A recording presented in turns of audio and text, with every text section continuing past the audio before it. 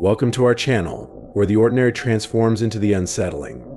Today we're diving into 3 disturbing true stories from diners' places meant for comfort and good company, yet sometimes serve as the backdrop for chilling and unexplainable events.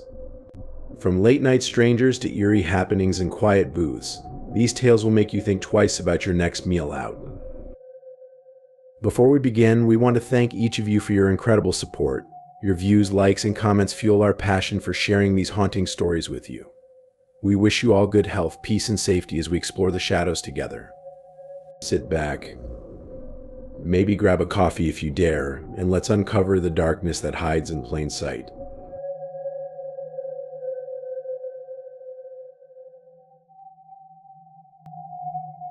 Story 1: The Late Night Encounter.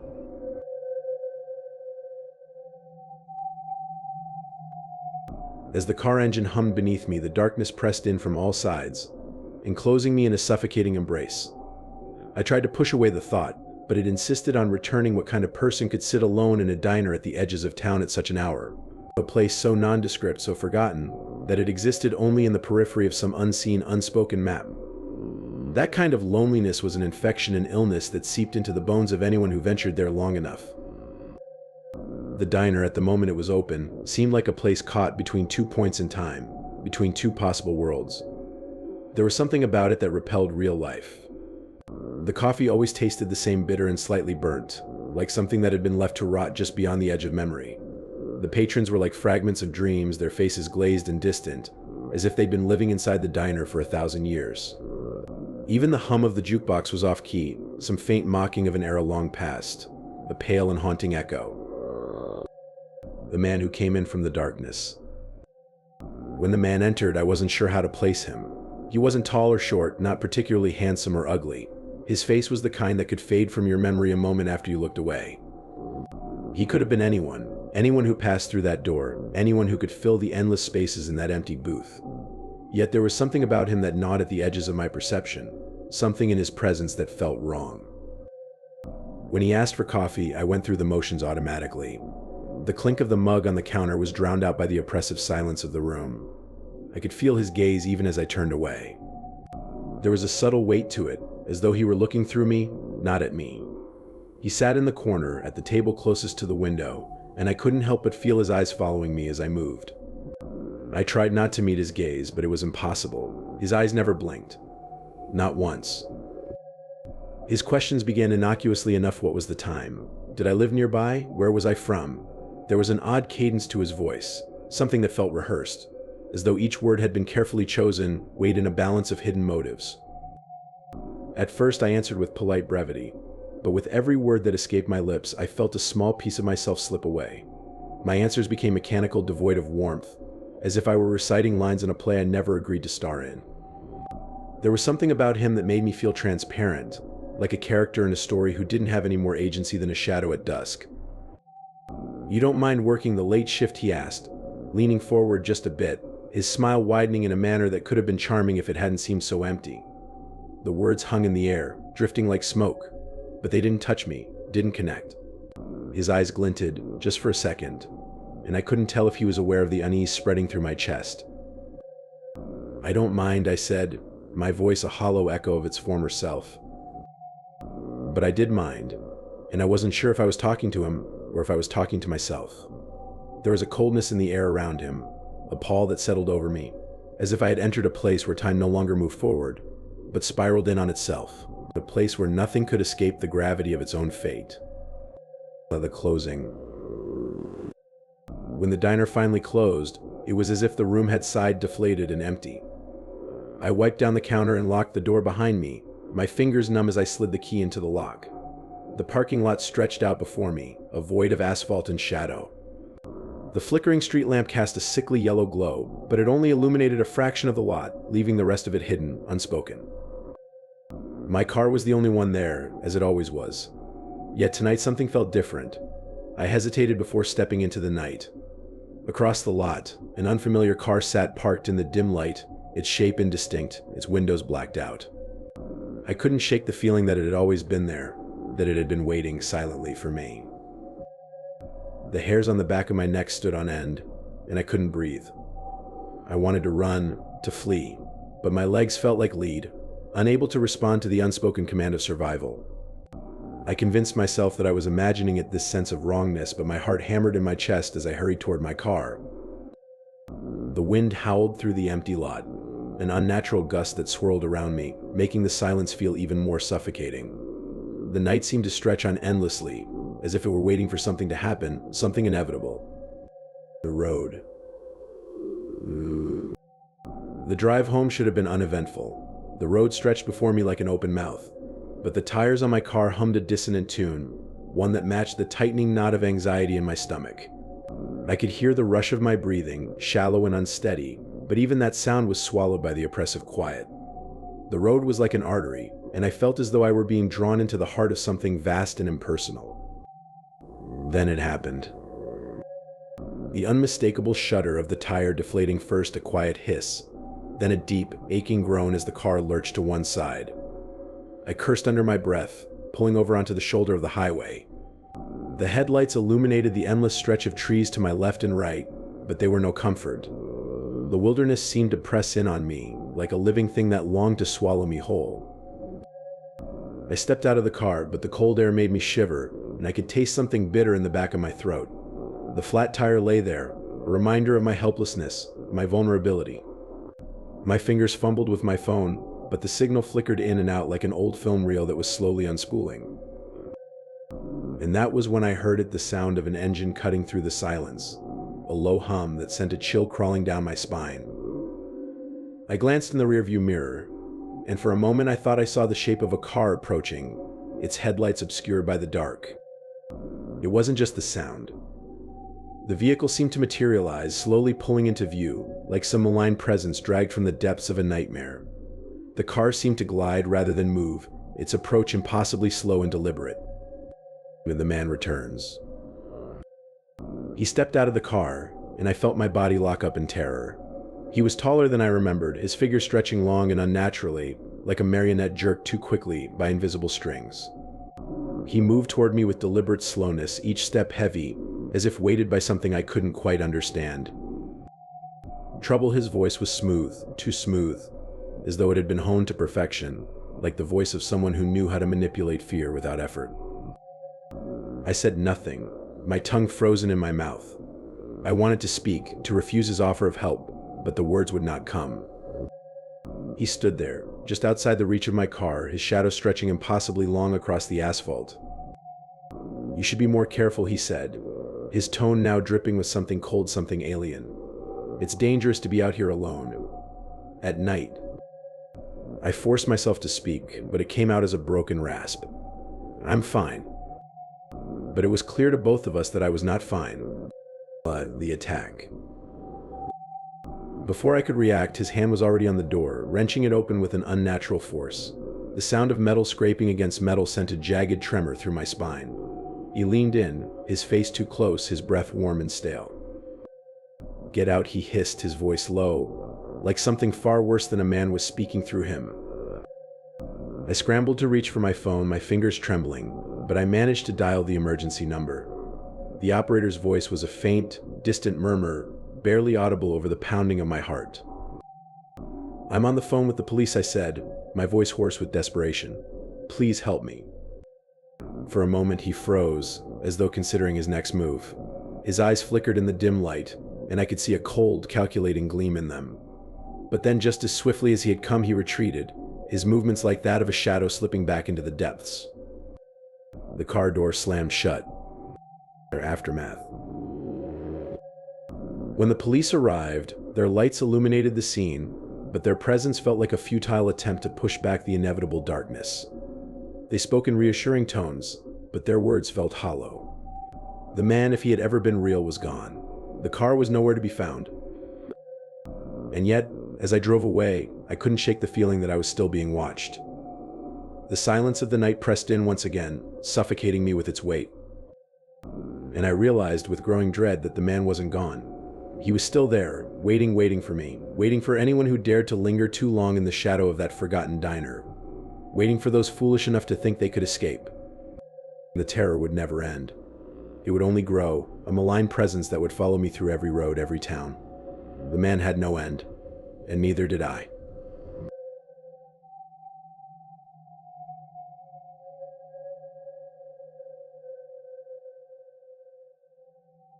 Story 2, The Stalker from the Amusement Park.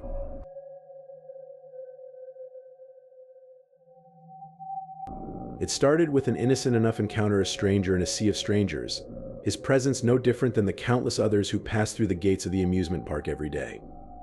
I worked there, a 15-year-old, barely older than the kids who screamed on the roller coasters, just another cog in the machine of carnival lights and the clatter of games. The days passed like waves, each one nearly indistinguishable from the last. But the man, he was different, somehow. I didn't know it yet, but the moment I gave him directions to the bathroom, everything began to shift. I was caught in the rhythm of my job, the dull monotony of pointing visitors to the nearest restrooms, answering questions that never varied. He was one of those faces you see 1,000 times, unremarkable in every way. He asked where the bathrooms were, and I, without thinking, pointed in the right direction. He nodded, murmured a quick thanks, and walked away, blending back into the crowd. But I couldn't shake the strange feeling that lingered after our brief exchange, like something was slightly out of sync in the world, like a note played out of key. The feeling deepened when I saw him again, this time in the diner I frequented after my shifts. It was an ordinary place, a quiet refuge from the noisy park, and it was where I came to unwind, where I could be anonymous. That's when I saw him sitting in the corner, as if he had been waiting for me. The man. His eyes fixed on me with a piercing intensity, unsettling in a way I couldn't quite explain.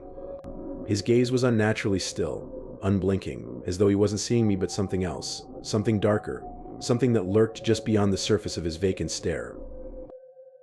I tried to shake it off, tried to pretend it was nothing, that my mind was just playing tricks. But the longer I sat there, the more it felt like the world was slipping out of focus. I couldn't concentrate on the food in front of me. The man remained in my peripheral vision, his presence growing like a shadow in my mind. Each time I glanced at him, I felt the weight of his stare growing heavier, like it was suffocating me from across the room. It wasn't that he was particularly imposing, or that he was obviously dangerous, but something in the stillness of his figure, the way his lips barely moved when he smiled, unsettled me deeply. I knew he was watching me, and I couldn't tear my gaze away from him, even though every part of my body screamed to look away. I left the diner as quickly as I could, but even as I stepped out into the cool night air, I couldn't shake the unease. The city felt different, as though the streets were too quiet, as though something had shifted, something imperceptible but tangible. The streetlights flickered as I made my way to my car, the headlights casting long, grotesque shadows on the pavement. I should have felt safe. I was just a few blocks from home. But that feeling hung over me, thick and suffocating. It was when I got into my car that the reality of the situation began to settle in. I noticed the car behind me. At first I thought it was just another car on the road, another random vehicle heading in the same direction. But then it started to follow me, maintaining a precise distance, turning when I turned, stopping when I stopped. It was methodical, deliberate, as though the car knew exactly where I was going and was ensuring it stayed right behind me, without ever accelerating or slowing down. My heart began to race, and I could feel the air grow cold, heavy with something unspoken. I told myself I was being paranoid. After all, it could be anyone. But when I glanced in the rearview mirror, I saw him. His face, no, it wasn't just his face, it was him, sitting in the driver's seat, his eyes locked onto me, unblinking, as if time itself had stopped. He wasn't just following me, he was watching me, tracking me, like a predator that had finally caught sight of its prey. My skin crawled, and every part of my body screamed for me to drive faster, to escape, but I couldn't. My hands were frozen on the steering wheel, my foot pressed to the gas, but the car behind me moved in perfect unison with mine. I tried to lose him, turning down side streets, weaving through intersections, but no matter where I went, the car stayed with me. It was like a dream, or rather, like a nightmare. A nightmare where the rules of reality no longer applied, where I was trapped in a loop, unable to escape. I thought for a moment that maybe I had imagined it, that I was just too tired, too worn from the constant grind of the park and the diner. But then, when I turned onto a well-lit street, I looked in the rearview mirror again. The car was gone. The street was empty. I sat there, motionless for a long moment, unsure whether to feel relieved or even more afraid. I had lost him, or had he allowed me to? I could still feel the weight of his eyes on me like a ghost that refused to be exorcised. I didn't want to go home, didn't want to face the silence of my empty house, but there was nowhere else to go. So I drove slowly, cautiously, until I reached my driveway. I thought I was safe. But as I pulled in, I saw him again.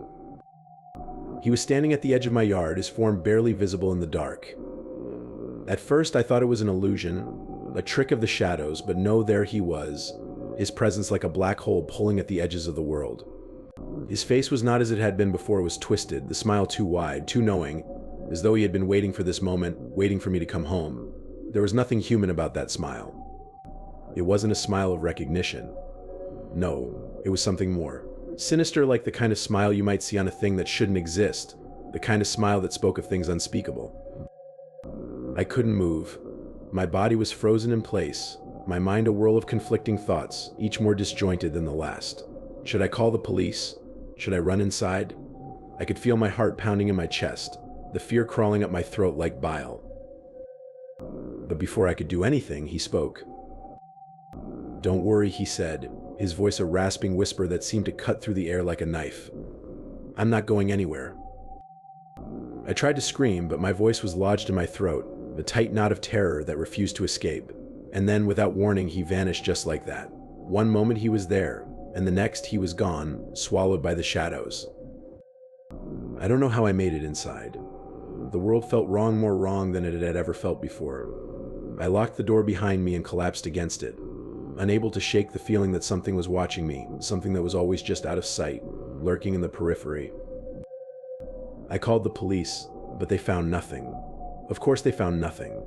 There were no traces, no evidence of anything except for me, standing in my driveway, muttering about a man who might have been a ghost, or a figment of my imagination, or a nightmare that wouldn't end. The officers looked at me with pity in their eyes, as though they could see the cracks forming in my mind, and they left, leaving me alone in the silence of my own home. I didn't sleep that night. I couldn't.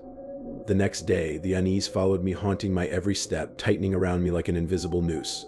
I went to work, but even there, in the chaotic noise of the amusement park, I couldn't escape the feeling of being watched. Every face, every stranger that passed by seemed to bear a resemblance to him, and I found myself looking over my shoulder, certain he was there, somewhere, waiting.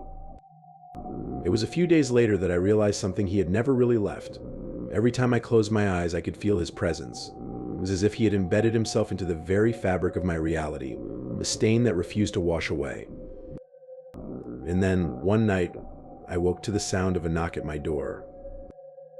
I didn't need to ask who it was. I knew. He was here again.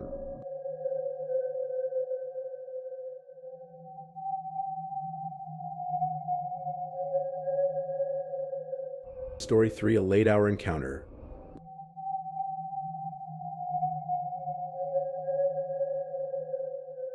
The house was never what it appeared to be. I had never thought much of it when I first moved in. How could I?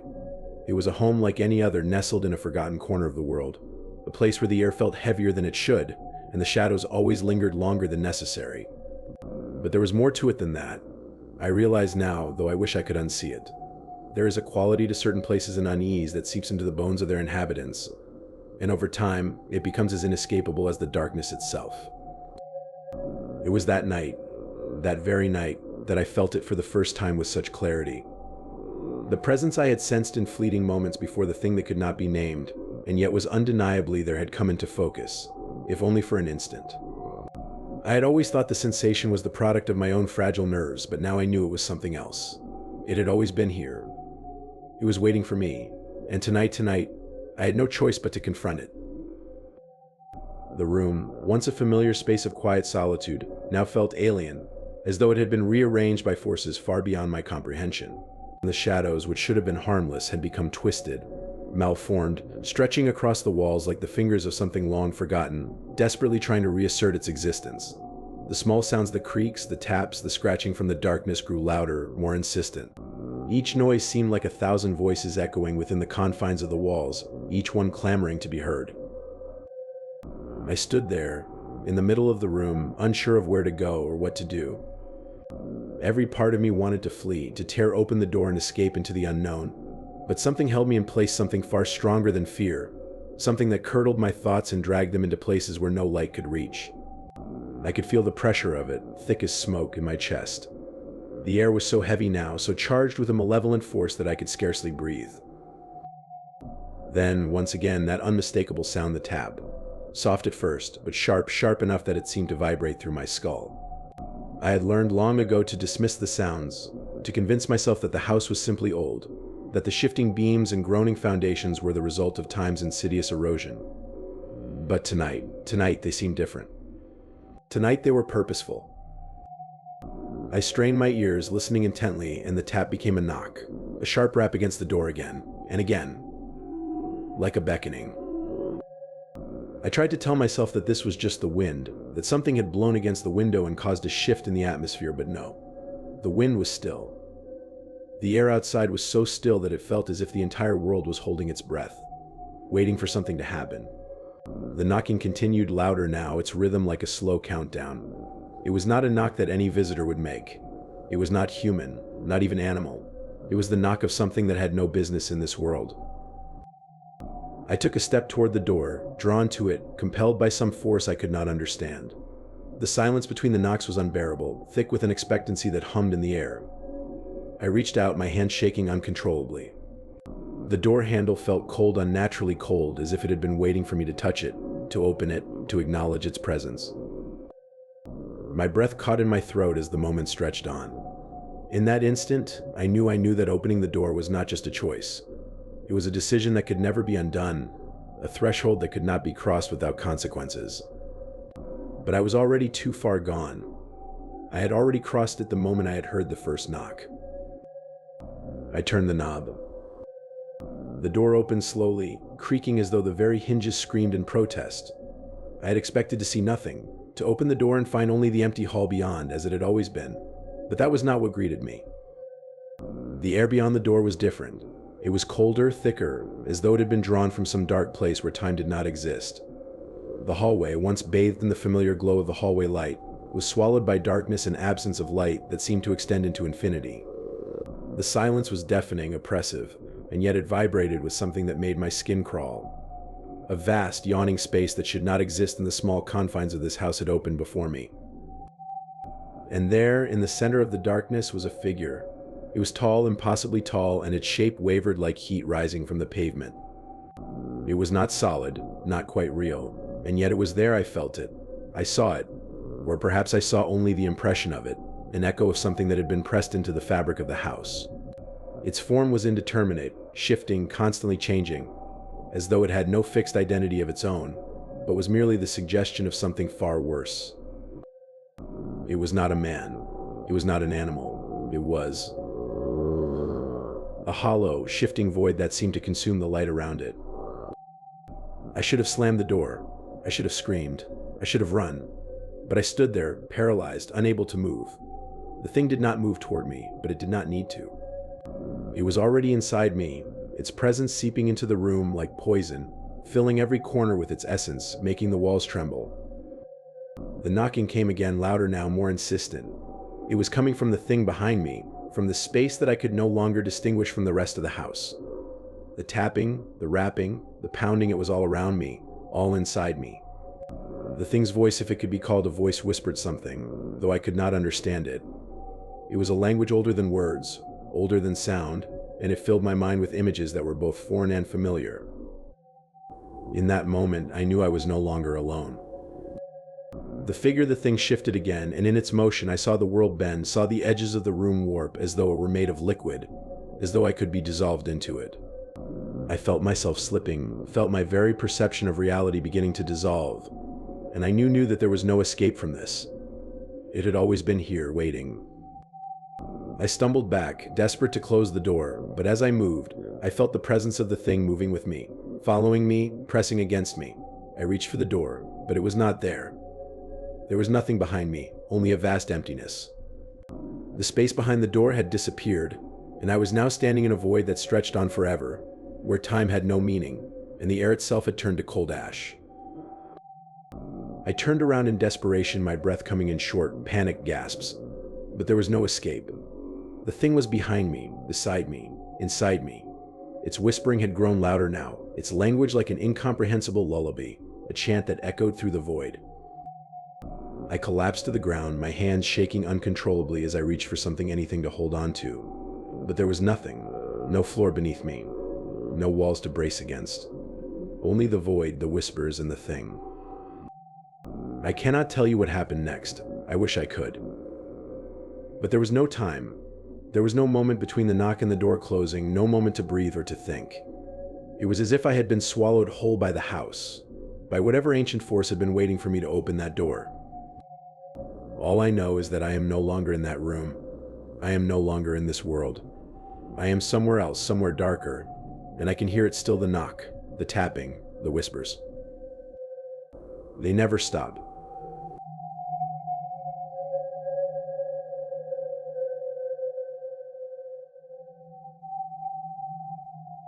As we bring these 3 disturbing true stories from diners to a close, it's a chilling reminder that even the most ordinary places can harbor extraordinary darkness.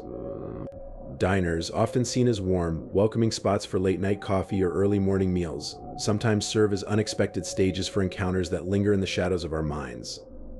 From quiet corners where strange figures lurk to inexplicable moments that leave us questioning reality, these stories remind us that not all is as it seems even in the most familiar settings.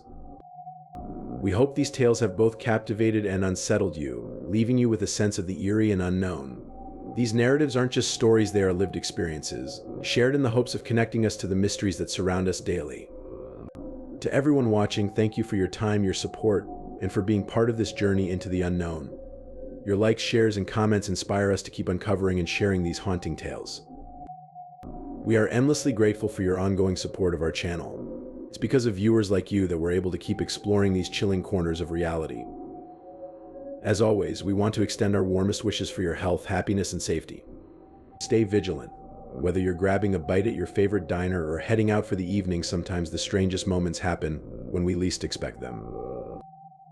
Thank you again for joining us. We look forward to seeing you in the next video, where even more disturbing and thought-provoking stories await. Until then, stay curious, stay safe, and remember, the truth is often stranger and scarier than fiction.